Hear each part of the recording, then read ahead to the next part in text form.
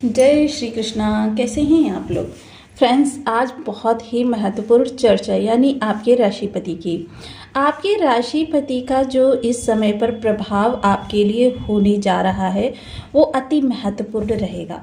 आपके जीवन में नए बदलावों से उत्पन्न क्रांति आपके जीवन को इस समय पूर्णतः प्रभावित करती हुई दिखाई देगी।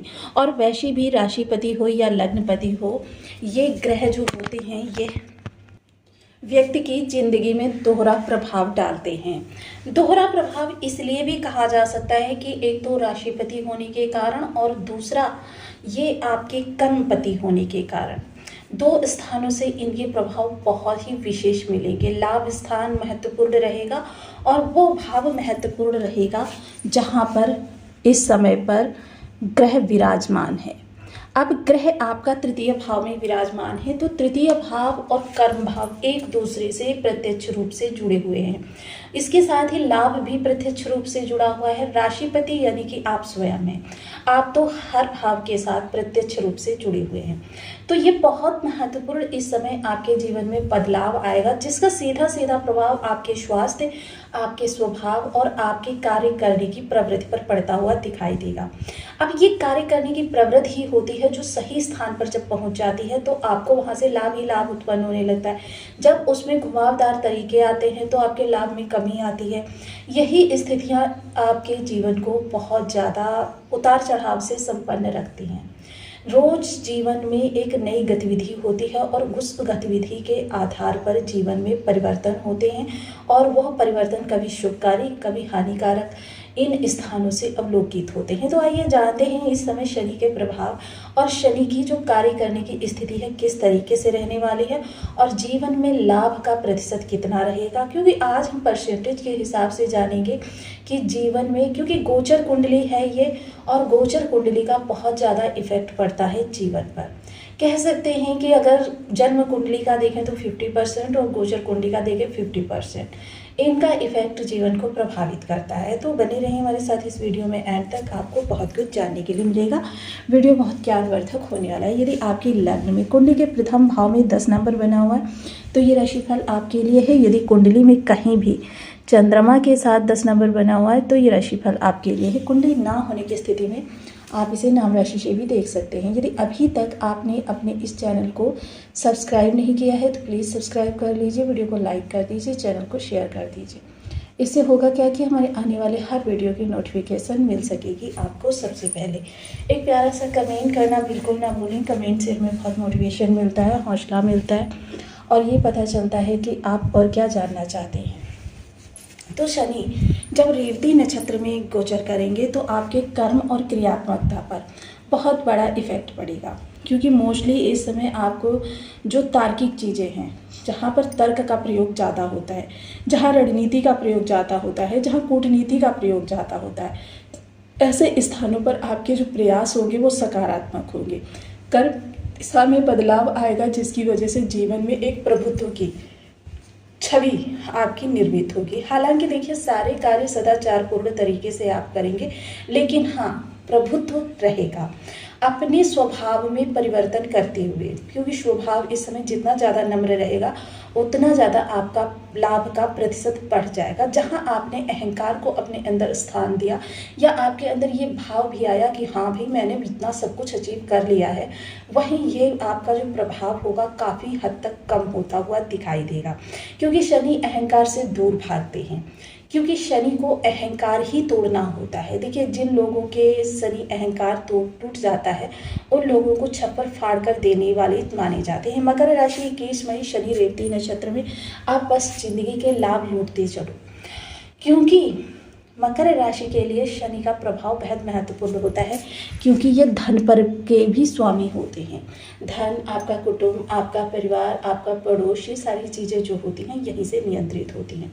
शनि इस समय नम्र वाणी आपकी, क्योंकि शनि की वाणी जो होती है, देखिए एक चीज़ होती है कि शनि जब आपको निगेटिव प्रभाव देते हैं तो जाने अनजाने आपकी वाणी में तेज पुट आ जाता है। यानी कि जैसे आप धीमी स्वर में अगर बात करते हैं तो यही स्वर आपका तेज हो जाता है, नॉर्मली से तेज हो जाता है।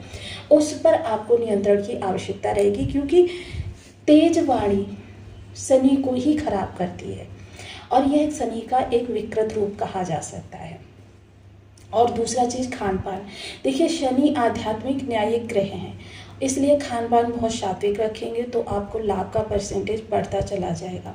इसके अलावा स्वभाव में आपकी कर्मठता बहुत रहेगी। मोस्टली अगर पहले आप कार्यों को डिले कर रहे थे या डिले करने की प्रवृत्ति थी तो इस समय उसके परसेंटेज में कह सकते हैं 90% तक सुधार आता हुआ देखा जाएगा, क्योंकि डिले करने की प्रवृत्ति हमेशा शनि को 1% खराब स्थिति में लेकर जाती है। एक भी कार्य अगर आपने डिलीट कर दिया तो फिर समझ लीजिए कि आपका शनि थोड़ा सा खराब हो गया, और यही थोड़ा थोड़ा होते होते कभी कभी आपका ग्रह पूरी तरीके से आपको निगेटिव इफेक्ट देने लगता है।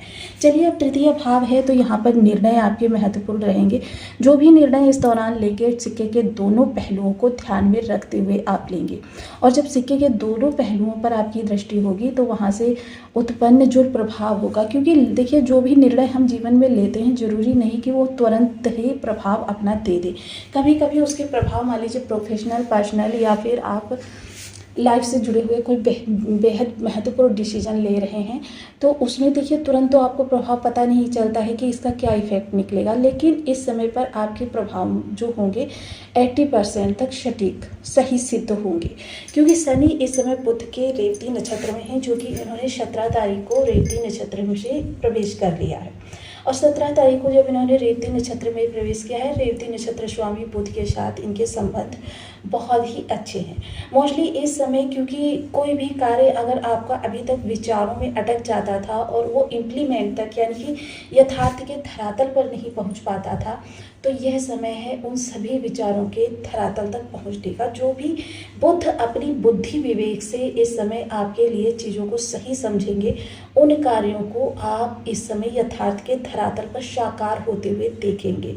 वो हर कार्य जो अभी तक आपका डिले हो रहा था या उसमें कहीं ना किसी स्थान से अड़चन लगती चली जा रही थी, वो अड़चन अब समाप्त हो जाएंगी, जिसकी वजह से आपकी जो परेशानियां थी वो काफ़ी हद तक रिमूव होती हुई दिखाई देंगी। आप बेहद इस समय पर सजग भी रहेंगे, सतर्क भी रहेंगे, हर उस हानि के कारण को अपने स्थान से दूर रखेंगे, स्वयं से दूर रखेंगे, जिसकी वजह से आपके जीवन में त्रासदी, परेशानी या कोई भी अपयश की स्थिति बन सकती है।